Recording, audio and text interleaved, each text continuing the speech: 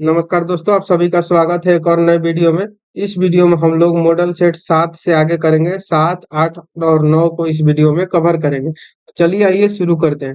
पहला सवाल है, विद्युत धारा मापा जाता है। तो विद्युत धारा जो है वो मीटर से मापा जाता है। अगला सवाल है, अदिश राशियां है। कार्य, ऊर्जा, ताप, समय और चाल जो है वो क्या है? तो अदिश राशियां है। और सदिश राशि कौन है? तो त्वरण, बल, विस्थापन और संवेग। जिसमें वह हो वह हो वो ज्यादातर जो होती है सदिश राशियां होती हैं।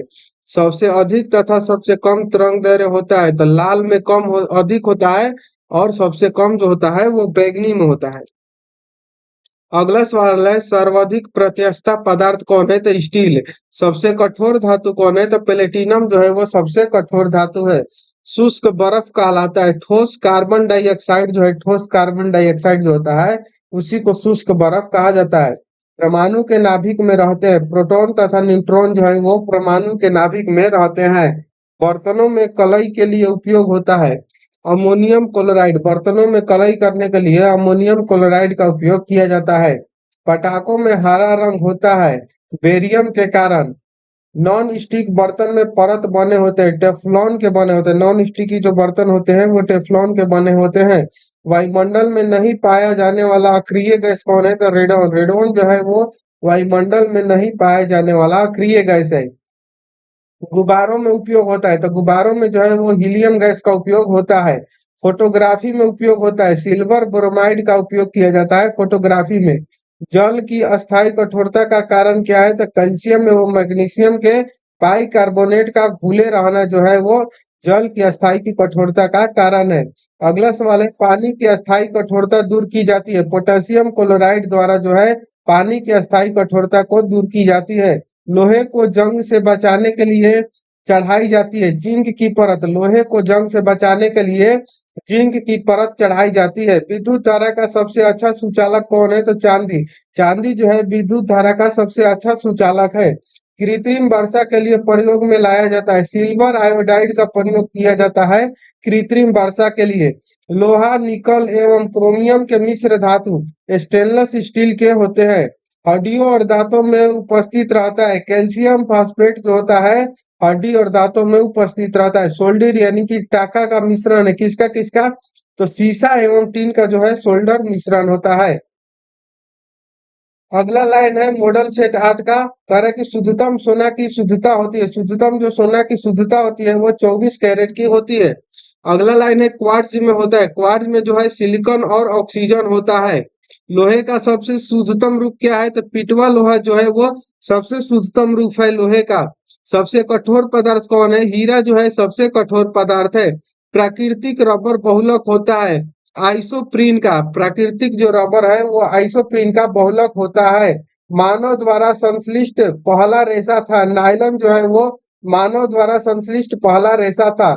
सबसे उत्तम कोयला कौन है? तो एंथ्रासाइड का कोयला जो होता है वो सबसे उत्तम होता है जिसमें 96% कार्बन होता है।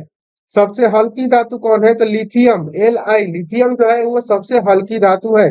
कांसा मिश्र धातु है तांबे। तांबा और टीन का जो कांसा है वो मिश्र धातु है। एक पिको सेकेंड बराबर होता है 10 के पावर -12। 10 के पावर -12 सेकंड के बराबर होता है। फलों को पकाने के लिए प्रयोग किया जाता है एसिटिलीन गैस का प्रयोग किया जाता है फलों को पकाने के लिए। लोहे को इस्पात में बदलने के लिए मिलाया जाता है निकेल धातु मिलाया जाता है लोहे को इस्पात में बदलने के लिए। विटामिन का खोज किसने किया था? फंक 1911 ईस्वी में किया था विटामिन का खोज। बच्चों का मानसिक एवं शारीरिक विकास अवरुद्ध हो जाता है थोरॉक्सिन की कमी से। रक्तचाप मापने वाला यंत्र कौन है? तो स्पेग्नोमैनोमीटर से रक्तचाप मापा जाता है। मनुष्य नहीं सुन सकता प्रासरभ्य तरंगों को जो है वो मनुष्य नहीं सुन सकता। श्वेत रक्त का औसत जीवन काल कितना होता है? 2 से 4 दिन तक होता है। वायुमंडल में नाइट्रोजन कितना प्रतिशत है? तो 78%। अस्थाई तथा अस्थाई कठोरता दूर होती है सोडियम कार्बोनेट से जो है अस्थाई तथा अस्थाई कठोरता दूर होती है। जल में अस्थाई कठोरता का कारण क्या है? तो कैल्शियम और मैग्नीशियम के सल्फेट का फूला रहना जो है वो जल के अस्थाई कठोरता का कारण होता है। कैमरा, दूरबीन के लेंस, विद्युत बल्ब तथा धूप चश्मा में प्रयोग होता है फ्लिंट कांच का। पारा, तांबा तथा एल्युमिनियम के प्रमुख अयस्क कौन है? तो क्रमशः दिया हुआ है, ठीक है। सिनेबार, क्यूप्राइट तथा बक्साइट, यानी कि पारा तथा एल्युमिनियम का प्रमुख अयस्क है।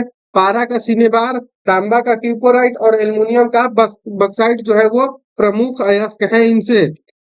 अगला है मॉडल सेट 9 का सवाल, कह रहे कि कैल्शियम, पोटेशियम एवं कैडमियम का प्रमुख अयस्क कौन है? तो डेलोमाइट, नाइटर तथा ग्रेनाइट, ग्रीनोकाइट जो है वो कैल्शियम, पोटेशियम तथा कैडियम का प्रमुख अयस्क है। प्राकृतिक गैस मिश्रण होता है, ब्यूटेन एवं प्रोपेन का जो प्राकृतिक गैस होता है वो मिश्रण होता है।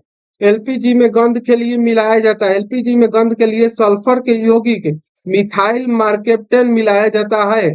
सेलुलोज से बने कृत्रिम रेशा कहलाता है रेयन, सेलुलोज से जो बने कृत्रिम रेशा होते हैं उसको रेयन कहा जाता है। हीरे का अपेक्षिक घनत्व तथा अपवर्तनांक होता है, हीरे का जो अपेक्षिक घनत्व है वो 2.2 और घनत्व जो इसका है अपेक्षिक घनत्व 2.2 और अपवर्तनांक जो है वो 2.42 होता है।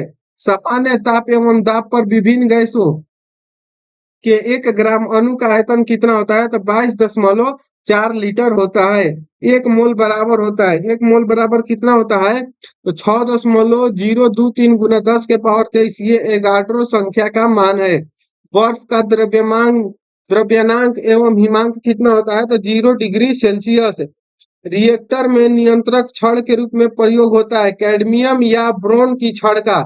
अर्धचालक का उदाहरण है कार्बन, सिलिकॉन तथा जर्मेनियम जो है वो अर्धचालक के उदाहरण है। कांच में किस रंग का वेग सबसे अधिक तथा कम होता है? तो लाल का जो है वो सबसे अधिक होता है और सबसे कम जो है बैंगनी का होता है। पानी में डूबा हुआ हवा का बुलबुला अवतल लेंस की भांति कार्य करता है, पानी में जो डूबा हुआ बुलबुला होता है वो अवतल लेंस की तरह कार्य करता है। समतल दर्पण में बना प्रतिबिंब होता है काल्पनिक वस्तु के बराबर तथा उल्टा होता है। प्रकाश का तरंग दैर्घ्य होता है 39,000 एंगस्ट्रम से 78,000 एंगस्ट्रम के बीच होता है। वायु तथा निर्वात में प्रकाश की चाल सबसे अधिकतम होती है 3 गुना 10 के पावर 8 मीटर पर सेकंड। ठोसों में ऊष्मा का संचरण होता है, चालन विधि द्वारा जो है ठोसों में ऊष्मा का संचरण होता है। कान पर ध्वनि का प्रभाव पड़ता है 1/10 सेकेंड। प्रतिध्वनि सुनने के लिए श्रोता एवं परावर्तन सतह के बीच की न्यूनतम दूरी होनी चाहिए 17 मीटर लगभग। अनुदैर्घ्य तथा अनुप्रस्थ तरंग का उदाहरण है, क्रमशः ध्वनि जो है वो अनुदैर्घ्य तरंग तथा अनुप्रस्थ के प्रकाश तरंग का उदाहरण है। सेकेंडरी लोलक का आवर्तकाल कितना होता है? सेकेंडरी लोलक का आवर्तकाल जो होता है वो 10 सेकेंड होता है। लोलक का आवर्तकाल निर्भर नहीं करता है, लोलक का जो आवर्तकाल है वो द्रव्यमान पर निर्भर नहीं करता है। अगला जो सेट है 10, 11, 12, इसको हम लोग नेक्स्ट वीडियो में कवर करेंगे। तो मिलते हैं नेक्स्ट वीडियो में, तब तक के लिए जय हिंद, थैंक यू।